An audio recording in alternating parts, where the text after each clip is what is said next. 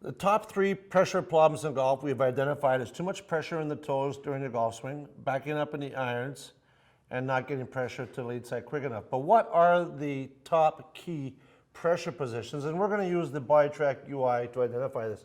So Rob, we're going to go to the address position, and we're looking for 55-60 on the lead side.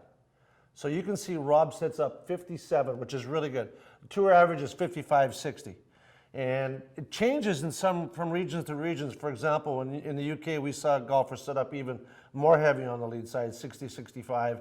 And we've noticed it in windy areas like Texas, for example, or even Manitoba in Canada, where there's a lot of wind. Guys will set up more pressure on the lead side. But this is key pressure position number one. You want to set up 55-60 on the lead side. That gives you time to get back to the trail side in a more efficient manner.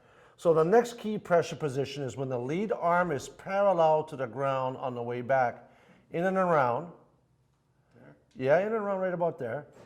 That pressure should be 55-60 into the trail heel. You did a really good job here. You got 88 into the trail heel. You got 2 deep into the trail heel here. And you got 78% of your pressure to the trail side. This is a 7-iron. So the amount of pressure that you get to the trail side when the lead arm is parallel to the ground on the way back depends on the length of the club. The shorter the club, the lesser the amount of pressure. So like a wedge, you would only get 55-60 to the trail side. A 7-iron, 6-iron, you might get 60-65. A fairway wood or a hybrid, you might get 75-80. Driver, you might get 80-90. But you got quite a bit of pressure to the trail side. The pressure transition occurs when the COP dart begins to go forward.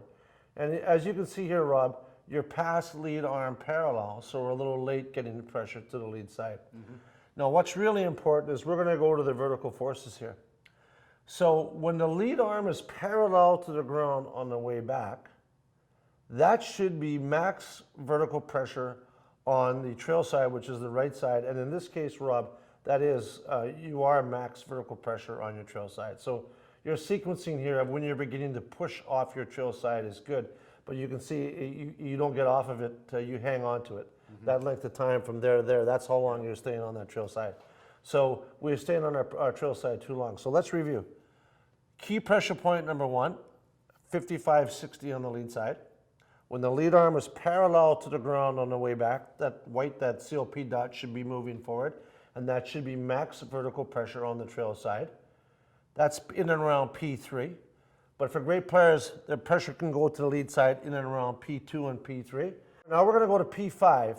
P5 is when the lead arm is parallel to the ground on the way down.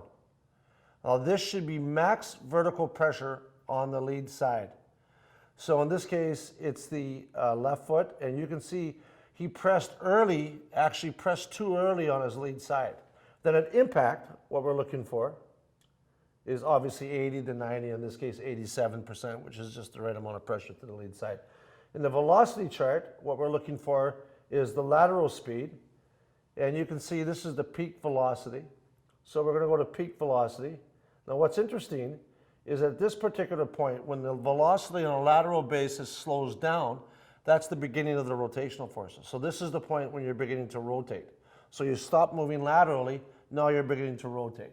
These are just all key points to note, but in terms of the key pressure positions themselves, we're going to go to the vertical forces and we're going to go to the beginning, and we're going to just do a quick review. Key pressure point number one, address 55-60 on the lead side. At pressure transition, when that dot begins to move forward, we want to see 55-60 into the trail heel. Anything over 55-60 in the trail heel is a little too deep. So usually if you get too deep in the trail heel, you're gonna get more into those trail toes, which is the number one pressure flaw. When the lead arm is parallel to the ground on the way back, that's also max vertical force on the trail side, which is, you know, what you did there, Rob. Mm-hmm. But this is a really good graph to see because you did stay on that trail side long for that equal amount of pressure. And then you go to the lead side, when the lead arm is parallel to the ground on the way back at P5, what you want to have is max vertical pressure on the lead side, and you just pressed on the gas pedal, the brake pedal a little bit too early is all. Those are the key pressure points that we're looking for on BodiTrak.